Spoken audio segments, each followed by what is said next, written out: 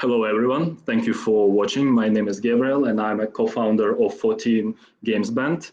We are a new team in the game dev market. We are working currently on our first mobile game. Yes, we are quite new to the industry. My background is more than 10 years in corporate finance and commercial real estate management, where I had leading roles managing big shopping centers and making statutory valuations of big investment projects. Why I moved to game dev industry? Well, after 10 years, I felt that I reached my heights in other industries, and I felt that I want to try something else. So it took me several years to figure out what I really want. And one day, playing Assassin's Creed, you won't believe, it was just like that, an idea. So I'm a gamer since childhood. Why can't I create games that I love so much? And from this point on, I started to enter this world. I started some courses and started to participate in, let's say, some jams in order to build my career in this industry. As a beginner, biggest challenge? Well, the biggest challenge would be that once I took several roles at once as a game designer, as a producer, and as a project manager, just to jump in the development of a mobile game with a team of around 10 individuals who were also students like me, it was difficult because I didn't really know all the business processes of the development of the mobile game. So I had to, at the same time, learn and manage. And that was the main challenge for me, the lack of knowledge. But hopefully, with nice mentors, I could overcome it quite fast.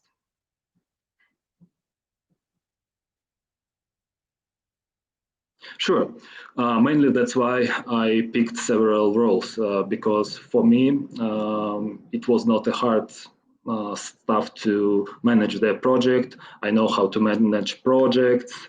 That's why it was quite relevant for me. Plus, my knowledge from finance, for example, can easily help me, let's say, that I know Excel quite well, so I can build all the graphs, like a workflow, yeah, like a roadmap, and plus that talking with investors, I can build a model of like financial model for our projects of our team in case we need investments.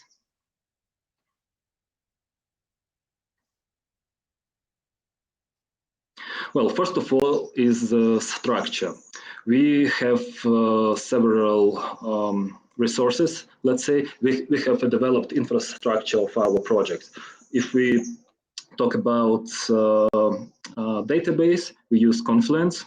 We have it well structured, where we have game design documentation for each and every moment of the game. We have our own Discord channel with our team, where again everything is structured. We have chats for each team, like 3D, 2D, Unity, music and sound design, and so on, so on. What else? And of course, the management of tasks. We work in Trello, plus we have weekly team calls, let's say, and we have a protocols after all, where we put lines, what task each of us have. Yeah, that's the answer to the question.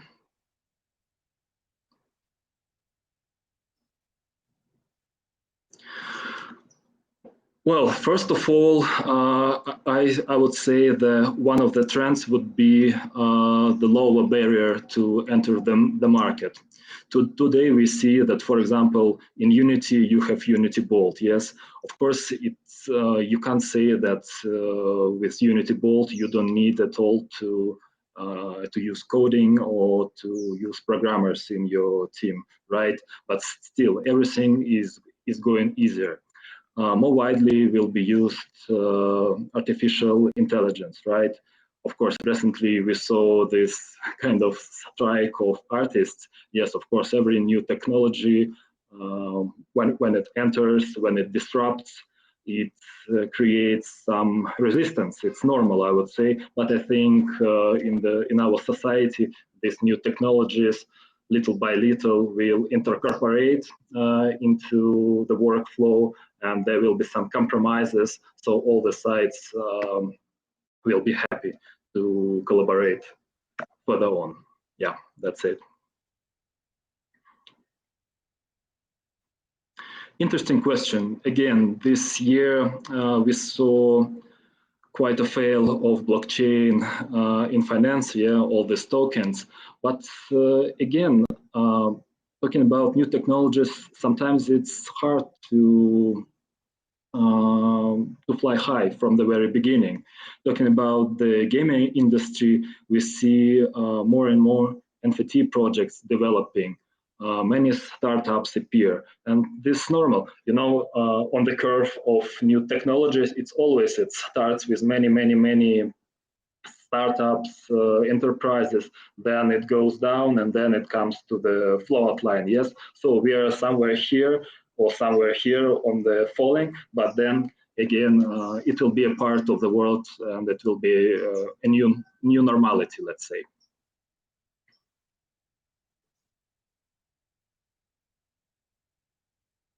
Mobile gaming is a kind of phenomenon. Look at people in public transport, everywhere, even sitting on their work desks. They're playing, they're checking their progress, if it's an idle game.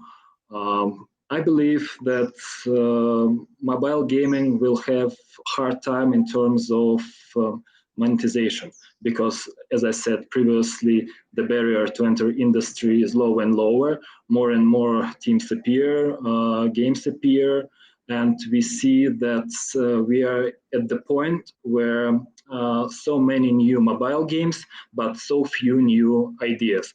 I think evolutionary, we will see some new mechanics this year. I mean, 2023, yes, or further on, new mechanics in mobile gaming, because what we have now, it's all the same for quite a while.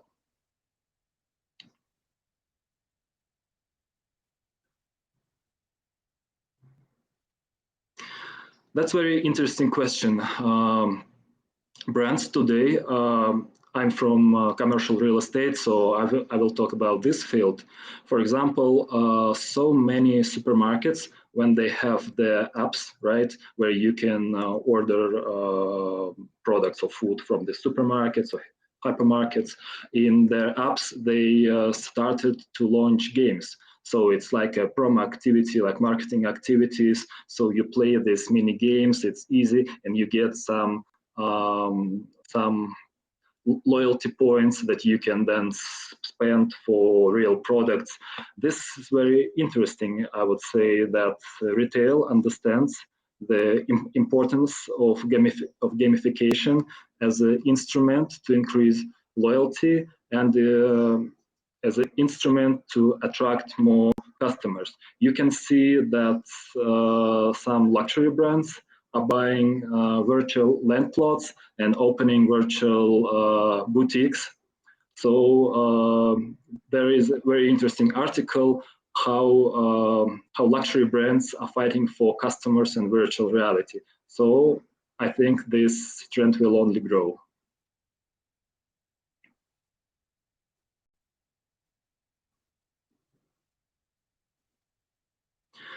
Well, first advice would be quite obvious, but build a good team. When you collect people and organize a team out of them, it's not only about making some project, yes, some game or work. Try to make them feel united.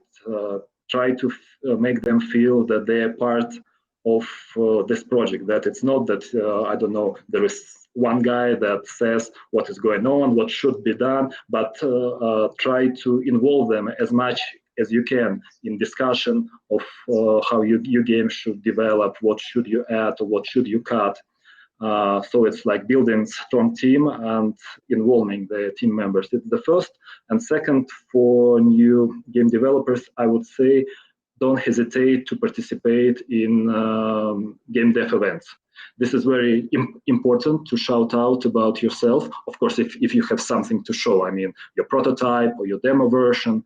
For example, from the very beginning, we participated in several events, like White Nights, for example. Offline and online, we had our booth where we showed our demo version of our game Crush Link.